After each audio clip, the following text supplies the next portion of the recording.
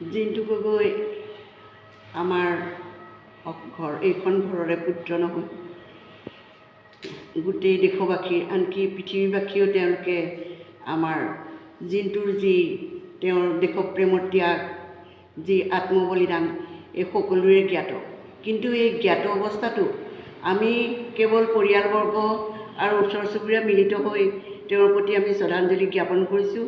আৰু বাকী আমাৰ যিসকল চৰকাৰী বিষয়া আছে, এই বিষয়াসকলৰ পৰা আমি অকণো সহায় পোৱা নাই বা মৰমৰে আমাক অকণমান আপ্লুত কৰিবলৈও তেখেতসকল আগবাঢ়ি অহা নাই। গতিকে এই ক্ষেত্ৰত আমি দুখ অনুভৱ কৰিছোঁ, কাৰণ আমাৰ ল'ৰা অকল এই অঞ্চলটোৰে নহয়, দেশবাসীৰ বাবে এক গৌৰৱৰ বিষয়। আৰু দেশৰ বাবে তেওঁ নিজক ত্যাগ কৰিছে, দেশৰ যি মংগল হয় সেই মংগল কামত তেখেতে অৰিহণা যোগাইছে, তেখেতে তেজ ত্যাগ কৰিছে। গতিকে মই ভাবোঁ এই ক্ষেত্ৰত আমাৰ চৰকাৰে বিশেষভাৱে গুৰুত্ব আৰোপ কৰাটো উচিত, আৰু ভৱিষ্যতে আমি সেই আশা এতিয়াও পোষণ কৰি আছোঁ। 2026 চনৰ 30 জুন কেপ্টেইন বীৰ শ্বহীদ কেপ্টেইন জিন্তু গগৈ ডাঙৰীয়াৰ 27তম মৃত্যুবাৰ্ষিকী। আজিৰ এই বিশেষ দিনটিত তেখেতৰ সেই শ্বহীদগৰাকীৰ বীৰগাথাক শ্ৰদ্ধাৰে সোঁৱৰিছোঁ আৰু তেখেতক প্ৰণিপাত জনাইছোঁ। আমাৰ খুন্তেৰ বাবে জিন্তু গগৈ আচলতে এক অমূল্য সম্পদ তথা গৌৰৱ, দেশৰ বাবে তেখেত গৌৰৱ।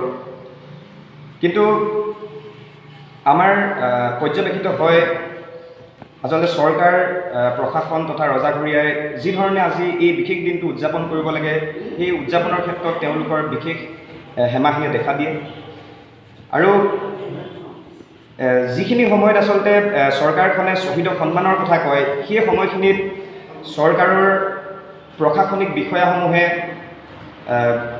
আপোনালোকে লক্ষ্য কৰিব পাৰে যে আমাৰ কেপ্টেইন জিন্তু গগৈৰ যি সমাধিক্ষেত্ৰ, এই সমাধিক্ষেত্ৰ খুন্তে ৰাজচক্ৰ বিষয়া কাৰ্যালয়ৰ নিচেই ওচৰত। অথচ সেই বিষয়াজনৰ এই সমাধিক্ষেত্ৰত ভৰি দিবলৈ আজিৰ তাৰিখত সময় নাই। গতিকে আজিৰ দিনটোত এই বিষয়বিলাক উত্থাপিত হোৱাটোৱে আচলতে এক দুৰ্ভাগ্যৰ বিষয়।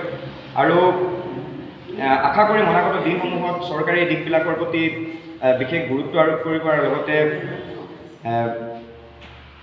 তেখেতৰ আগন্তুক আহিবলগীয়া মৃত্যু বাৰ্ষিকীসমূহ সুন্দৰভাৱে আমাৰ যাতে যুৱ প্ৰজন্মই আচলতে জিন্তু গগৈৰ এই সত্তাটো কি, সেয়া যাতে সুন্দৰভাৱে যুৱ প্ৰজন্মই অনুধাৱন কৰিব পাৰে, উপলব্ধি কৰিব পাৰে, সেই পৰ্যায়ত তেওঁলোকে সেই পৰ্যায়লৈ যাতে লৈ যাব।